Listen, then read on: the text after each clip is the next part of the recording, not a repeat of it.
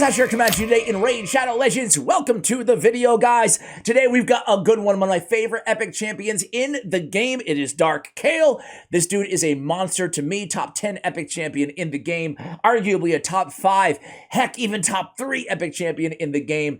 Let's give a few shout outs here, guys. Trying to get to all your requests. Of course, there are hundreds and hundreds of them, and there's only one of me, so I'm doing my best. Just Doka, day 2 of asking for Dark Kael. I skipped through the day 1, the day 4, the day 6, the day 7. Actually, I didn't skip through it, didn't I, guys?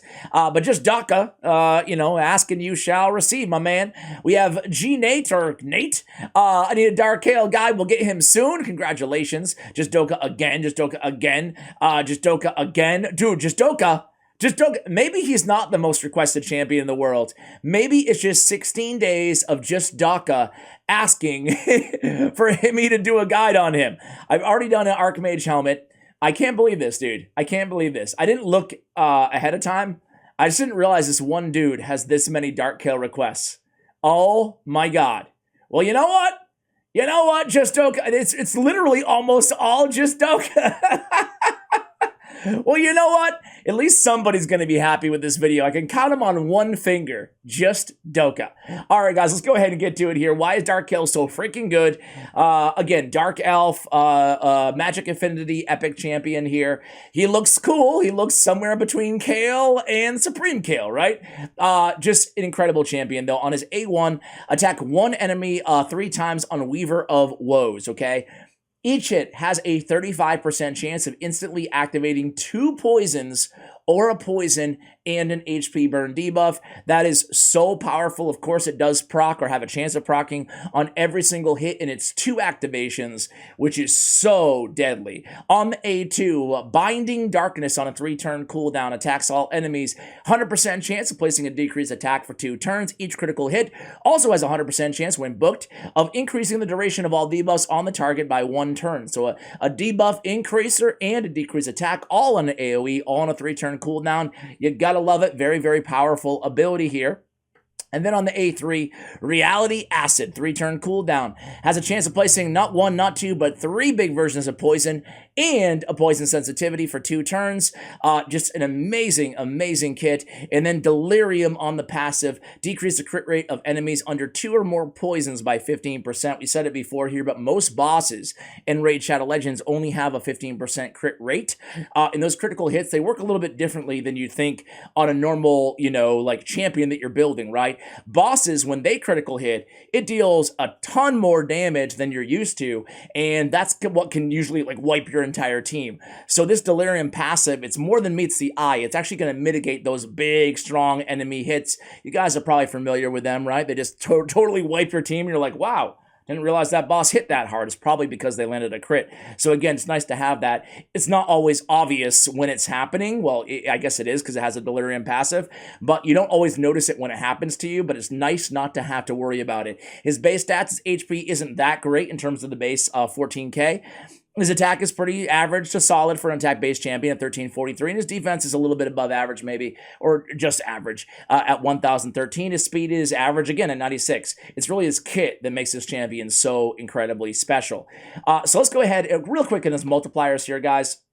He has a 1.35 multiplier on his A1, thanks to hellhades.com, and then we have a 4 multiplier on the A2. By the way, I think I just faced off Hell Hades in the live arena right now, but I'm not sure if it was him or if it was a pretender, a wannabe Hades. Anyway, one of my personal favorite content creators out there in the game. And is this, I gotta message him. Is this him? Is it OG in Pan 9 Hell Hades? Or is this a wannabe? It's gotta be a wannabe, right?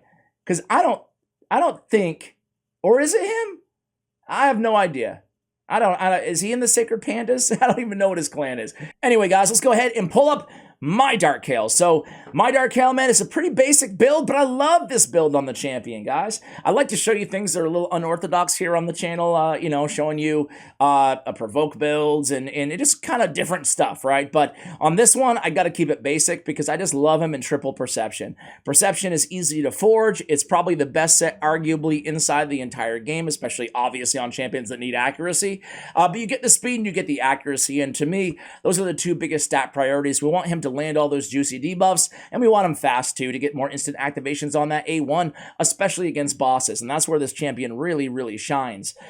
So we have him 230 speed, we have 100% crit rate, we have 216 on the crit damage, and 343, which is fine on the accuracy for all the content that we're going to be using him for. So his defense does scale a little bit better than his HP, arguably, so I tried to prioritize a little bit of defense, but I did go HP on at least one of the accessories there. I would say 38k for endgame is maybe a little bit low, but the good thing is he's not dying on any of the teams I'm using him with, and that's all I concern myself with, and it's all that you guys should concern yourselves with too, right? So those are his stats. In terms of what I have on him, we have accuracy on the banner.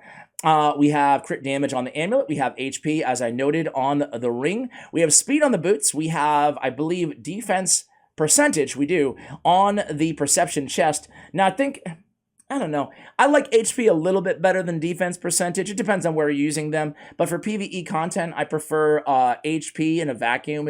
Every team is different. Every champion's a little bit different here. But on my attackers, for survivability, I prefer a little bit of HP in the arena, depending on the team, depending on the situation. But most times, I kind of err on the side of defense. But defense does scale a little bit better as well. So I'm happy with that. Plus, the double roll on that juicy 20% crit rate is really nice to have as well. We have crit damage on the gauntlets, trying to get a little damage out of this Kael on his AoE attacks as well. But I want to be very, very clear, guys. On this champion, having 100% crit rate, even crit rate on the gauntlets, and not going crit damage, not having to worry about getting crit rate substats on all the rest of his artifacts, don't sweat it, man. Don't sweat it. A lot of his damage, let me put it this way. Most of his damage is coming from all those poisons, poison sensitivity, and the instant activations. Let me rephrase that. Most of his damage is coming from the instant activations and then all those poisons and stuff. So do not sweat his crit damage so much. I do try to get him to 100% crit rate, though. So substats, again, we're looking for, in this specific build, we're looking for accuracy, speed, and crit rate. So we got a decent amount of it, certainly enough. So in terms of blessings, I go with Phantom Touch on Dark Kael, especially I have him 5-star, and Phantom Touch against Fire Knight, which is an area where I actually use Dark Kael. It's nice because it does count as an extra hit on that shield as well. So I like Phantom Touch. I get a 75% chance of inflicting bonus damage, and it kind of synergizes pretty well, that bonus damage, with the instant activations already on his A1. You get some nice bonus damage when you do get that Phantom Touch proc, so that would be my blessing. Another option is going Dark Resolve, a chance at blocking those debuffs, maybe even Cruelty if you want to as well. So there's no, I would say, right or wrong blessing for Dark Kael. And also, I want to be careful how I say this. Apologies for the big hesitation there. I don't think this champion is I wouldn't put him as a 2-time need to get blessings on this champion, although it's always nice to have just for the stats alone. Keep in mind, what are we getting here from this? We're getting an extra 400 attack and 20% crit damage and 1,000 HP. I mean, that is really juicy. That's really, really valuable. But in terms of the actual blessing you choose, you can go a number of different routes. So in terms of the Masteries, this is my favorite build for Dark Kael. I really want to go defense on Dark Kael. So I say, I could easily put an attack or an HP or a defense banner on this build of Dark Kael, but instead what I want to do is I want to forego going down the support tree, and it's a pretty big sacrifice. I'm not going to lie to you guys, because coming down and picking up Master Hexer, having a chance of extending that poison sensitivity and all those poisons that he's bringing, and the decreased attack is really valuable on Dark Kael. So there's a definite case to be made for going with the accuracy and ending off with Master Hexer as a tier 5, and then going offense tree, coming down and picking up Giant Slayer, which I think is kind of a no-brainer on Dark Kael personally. Getting that Giant Slayer on that A1, even more damage getting those procs off of Giant Slayer. So there's a case to be made for support, but I got to tell you guys, I love going down and picking up Retribution, because that 50% chance to counterattack is just so valuable. You're getting so much damage out of the 3 chances of instantly activating 2 debuffs on the target, the poison or the HP burn. So I love going defense if you can on Dark Kael, especially if you're using him like Clan Boss. or longer battles, more chances at instantly activating to me is the way to go. But again, never blindly copy Masteries. Go with what you think makes sense for you, your build, your team. On offense, again, I kept it pretty basic. You guys just saw I went down the left-hand side, both rows, pick up a little bit of life drink or two. Nice to have because he isn't the most hardy champion in the world.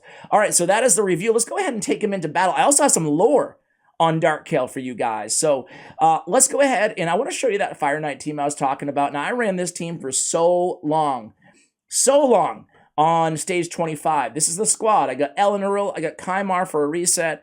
I have Allure, Dark Kael, and Tomb Lord. Really like this squad, man. I love this team. It's on my little daily agenda to do today is to actually build a Fire Knight 10 team, but I've still not cleared Fire Knight 10 hard. I have the gear and the champions to do it, but I have not actually put it all together, you know what I'm saying? And I've been working on my area bonuses for Fire Knight as well to get that extra speed up, just to make things a little bit easier on myself. So I'm actually still running Fire Knight 25 in most cases. Things don't appear to be going exactly how they're supposed to there. Maybe I messed around with the gear a little bit on Tomb Lord because I'm using him for a different team as well. Either way, we're still going to get the job done, just not as fast as it should be. But where Dark Kael shines is truly on the actual Fire Knight. Again, we talked about the triple hitter plus Phantom Touch on that A1. Really good at getting that shield down. And then once that shield is down, he's an absolute monster because he's placing poisons and then he's instantly activating them at the same time. It's a beautiful, beautiful thing, right? So to me, he's one of the better Fire Knight champions inside the entire game, but you can really use Dark Kael in so many areas of the game as a damage dealer. So here we go, guys. You can see that Phantom Touch proc there. Allure's going to keep that shield down, and now his job is just going to be to instantly activate, and you're going to see not all his damage, but a lot of his damage, whether you're running him in Ice Golem, Dragon, or in Fire Knight. It's going to come against the boss, it's going to come against, or just from that A1. So what I like to do with Dark Kael, especially if he's on a team like this, is I shut off his A2 and his A3 ability. When I say team like this, I mean you already have other poisoners or other HP burners on the team. For example, I'd run Walking Tomb Drang with him in Ice Golem. As long as somebody else is bringing those poisons or the HP burn, then you can just keep hammering away with the A1. You don't need his A2, nor do you need his A3 against bosses. Again, that's not going to apply to every situation, but if you can pair him with other poison or burners, to me, that's the way to go. More chances of instantly activating on that A1 and just doing some tremendous damage. So here we go, guys. He put out 487,000 damage there. Not too bad off of those instant activations. We can get rid of this crap, though. I mean, Fury and Stun, no thank you. Nothing against stun sets, but not that piece of gear in particular. Let me go ahead and run I think we do have Dark Elf Faction Wars open right now. Faction Crypt. We're going to run them with Caden, with Mithrala, with regular Kael and Dark Kael together again. You know what I should do, guys? I don't even know if I have gear on him right now, but I should run Supreme Kael. The Kael trifecta. Maybe I'll do a video on this on my main channel too. Do I have gear on him? I have some gear on him, that's for sure. All right, so we get Supreme, we get Dark, and we get Old School Kael. I love it. Here we go. Oh, I should have put Super Raids on. But we'll come back and visit this team in just a moment here. Let's take a look at the lore on Dark Kael. Millennia had passed since the Great Schism that tore the race of elves in twain. Generations upon generations twisted the tale to suit their own political needs. Oh boy, isn't that real life for you? Isn't that real life for you? The tale of all of humanity history. Sorry for the add-ins. And the truth has been lost long ago, replaced by hatred and resentment. The two fractured elves' realms harbor for one another. For many, this hatred is all there is. Not so for Kael, whose keen mind always sought the truth no matter how many layers of falsehood he had to pierce through. As an apprentice sorcerer, Kael had access to some of the greatest repositories of knowledge that still survived within the domain of the Dark Elves, and unlike his peers, he had both the desire and the patience to sift through manuscripts of ancient history that did not directly aid his magical prowess. It was an interest he could pursue in earnest after coming of age and becoming a magician in his own right. Kael had undertaken many lone expeditions to the ancient ruins of Durham's forest and beyond, where relics of his people's past lay undisturbed. Over time, he gained the cautious respect of powerful dark elves, albeit Kael's lack of vicious loathing for their Ivarian cousins stifled his chances of gaining a position in the courts of the Highborn. That suited Kael just fine for the most part, even if he craved to seize every opportunity to expand his knowledge. It was a quest that would eventually make him a pariah amongst his own and lead him to the Arbiter's service. But as the forces of Siroth gather and hope wanes across Teleria, Kael once more considers turning to the darker magic his people had practiced for centuries. He does that not to serve evil, but to turn its own weapon against it. Alas, countless ambitious heroes sought to do the same. Their hubris and lack of understanding were a pathway to damnation that Kael is in no hurry to tread. No, he needs something that can help him harness the hellish energies without being consumed by them. And so his eyes turn to the Doom Tower. Interesting. There, within the bowels of the ancient arcane prison that Arbiter had created for some of Teleria's worst abominations, lay the mysteries of ages past. Suppose Kael can complete this perilous journey to the tower and submit and claim the occult artifacts scattered throughout its secret passages. In that case, he will finally be able to tap into the wellspring of dark magic and unleash its full potential against the creatures of shadow without being bent to the will of Siroth himself. Very interesting. So I love how they have the Doom Tower lore kind of scattered through that, as that is how you get, of course, Dark Kael. He is the what number? Let me look. So Dark Kael is the 4th champion that you get from Doom Tower normal rotation from the secret rooms after Archmage Helmet, Akoth the Seared, Ryan the Conjurer, and Dark Kael. I want to end this video by throwing the question to you guys. A, do you have Dark Kael? B, what do you think of him? Do you use him as much as I do? I really love this champion. He's better in a lot of sense than a lot of legendaries when it comes to that beautiful A1 activation, not to mention all the other elements that he brings in his kit. If you've gotten Dark Kael, how far have you guys gone down on the normal? I have gotten all of the hard champions, but I have not gotten, I'm on Krakarth, the final Doom Tower normal champion right now. Let me know if you guys want to see any guides specifically on any of these other epic champions from Doom Tower. Thank you so much for watching, and as always, take care, guys.